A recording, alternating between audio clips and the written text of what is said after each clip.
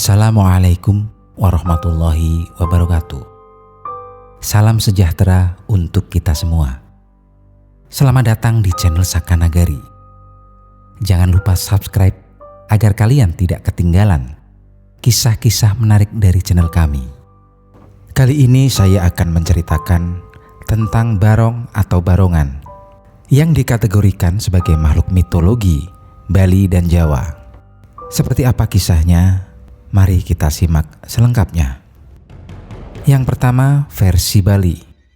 Konfrontasi antara barongan dan rangda adalah salah satu alur cerita utama dalam sebuah epik mitologi lokal yang tanpa disengaja memiliki hubungan dengan tokoh yang benar-benar nyata, yaitu penguasa Bali Jawa pada abad ke-11, Airlangga.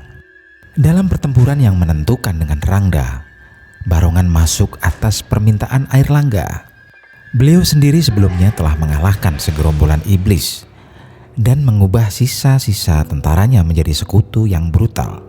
Rangda dengan bantuan ilmu hitam menenggelamkan para prajurit yang menyertai barong dan membuat mereka kerasukan untuk melakukan bunuh diri massal. Ia mengontrol para prajurit barongan agar menusukkan keris ke dada mereka sendiri, tetapi digagalkan oleh barongan yang juga menguasai ilmu hitam, membuat anak buahnya menjadi kebal, dan pada akhirnya mereka berhasil mengalahkan Ratu Iblis Rangda. Barongan atau barong adalah figur dalam mitologi Bali dan Jawa. Penampilannya digambarkan dalam berbagai bentuk samaran seperti binatang, dan yang paling terkenal dan dipuja dari semuanya adalah figur makhluk berkaki 4 dengan kepala singa. Sebagai pemimpin pasukan kebaikan, ia bertempur melawan Ratu Iblis Rangda.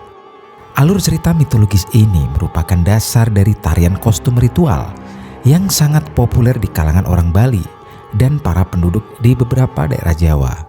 Figur barongan mulai dikenal di Bali pada saat sebagian besar populasi di pulau-pulau tersebut masih menganut keyakinan animisme. Sebagai bukti akar animisme dari figur barongan ini, para peneliti mempertimbangkan istilah etimologi dari namanya yang dihubungkan dengan kata beruang dalam bahasa Bali Lama dan bahasa Kawi, bahruang atau baruang. Begitu pula dengan figurnya yang mirip dengan hewan. Dalam mitos yang berkembang di antara para penduduk di berbagai wilayah di Bali dan Jawa, barongan digambarkan sebagai makhluk berkaki 2 atau 4 dengan figur kepala yang mirip dengan berbagai jenis hewan, yaitu beruang, babi hutan, anjing, kerbau, gajah, atau harimau.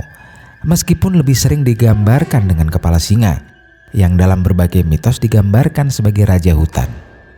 Menurut salah satu legenda, barongan pada awalnya memiliki wajah layaknya orang normal, tetapi kemudian diubah menjadi kepala hewan oleh perihutan sebagai pembalasan untuk pelecehan seksual yang dilakukannya. Ia memimpin kekuatan yang baik dalam pertempuran tanpa henti melawan kekuatan kejahatan. Tentang kisah Rangda sendiri dapat Anda temukan dalam video kami yang berjudul Misteri Legenda Calon Arang, Leak, Penguasa Ilmu Hitam. Yang kedua yaitu di wilayah Jawa. Kesenian barongan bersumber dari Hikayat Panji, yaitu suatu cerita yang diawali dari iring-iringan prajurit berkuda mengawal Raden Panji Asmarabangun atau Pujonggo Anom dan Singo Barong. Adapun secara singkat dapat diceritakan sebagai berikut. Prabu Klono Sewandono dari Kabupaten Bantarangin jatuh cinta kepada Dewi Sekartaji, putri dari Raja Kediri. Maka diperintahlah Patih Bujangganong atau Pujonggo Anom untuk meminangnya. Keberangkatannya disertai 144 prajurit berkuda yang dipimpin oleh 4 orang perwira di antaranya kuda larean, kuda panagar, kuda panyisih, dan kuda sangsangan.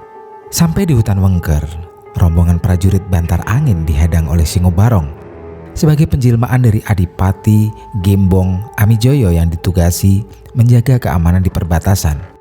Terjadilah perselisihan yang memuncak menjadi peperangan sengit.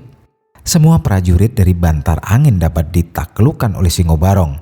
Akan tetapi, keempat perwiranya dapat lolos dan melapor kepada sang Adipati Klono Sewandono. Pada saat itu juga ada 2 orang Punokawan Raden Panji Asmarabangun dari Jenggolo bernama Lurah Noyontoko dan Untup juga mempunyai tujuan yang sama, yaitu diutus Raden Panji untuk melamar Dewi Sekartaji.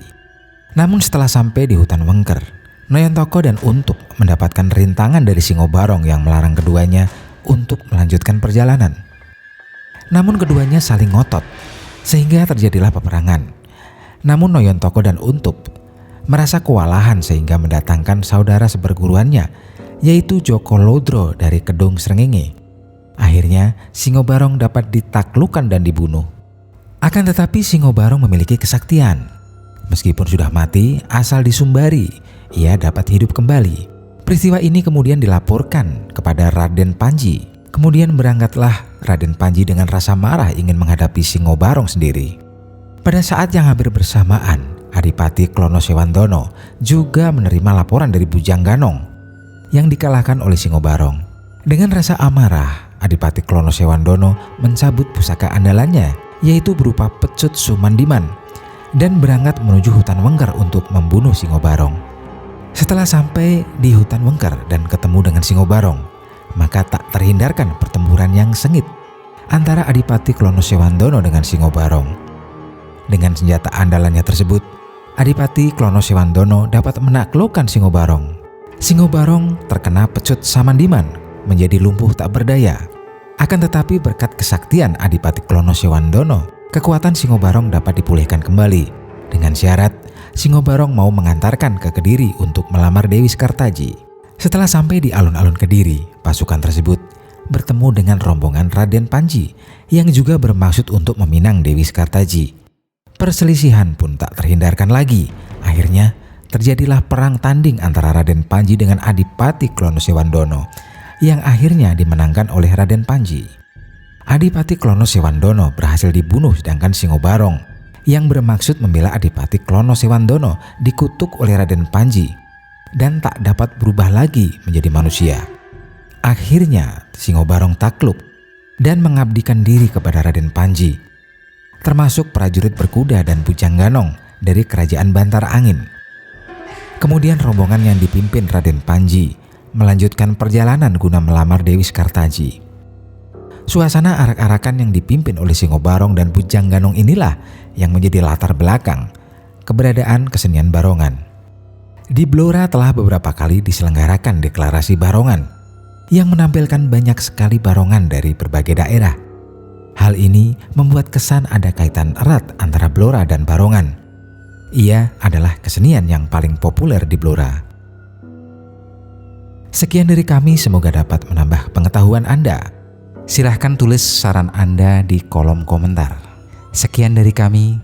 Wassalamualaikum warahmatullahi wabarakatuh.